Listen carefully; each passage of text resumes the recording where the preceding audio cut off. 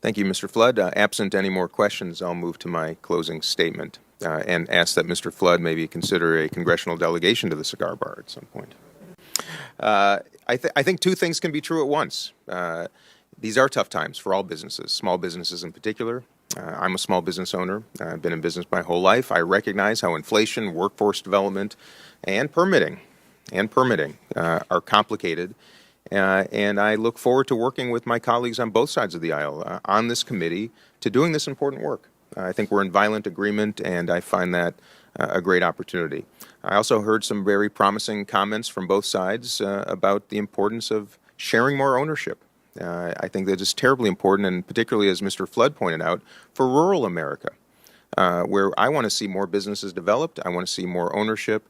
I want to see people work hard and be able to retire with dignity and possibility. And I think that we can do that together if we work together, and I surely look forward to doing so here in the next Congress. I come from a family that, as I said earlier, believe business is a means to an end. The end isn't just collecting as much money as possible, rather sharing as much as possible. I brought with me my family's bonus and profit sharing plan from 1941. 1941. We've been doing this for generations because we've seen the impact it makes on individuals and the communities in which we live and our businesses operate. And I refer to information from the National Center for Employee Ownership that indicates that in ESOPs, employees earn wages that are 5 to 12% higher than employees in conventional firms. The net worth of employee owners aged 28 to 34 is 92% higher than in non-employee-owned firms. And the retirement savings for an ESOP employee is $170,000, which is twice the national average.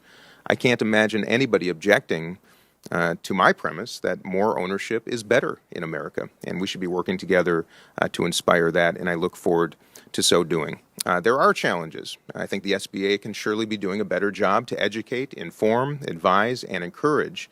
It's our job to provide oversight and the resources to do so, because I think this can be a legacy-making opportunity for this committee and the businesses that pursue them. Aligning workers and owners' interests is an American interest, and not a Democratic or Republican one, and I look forward to inspiring that as well.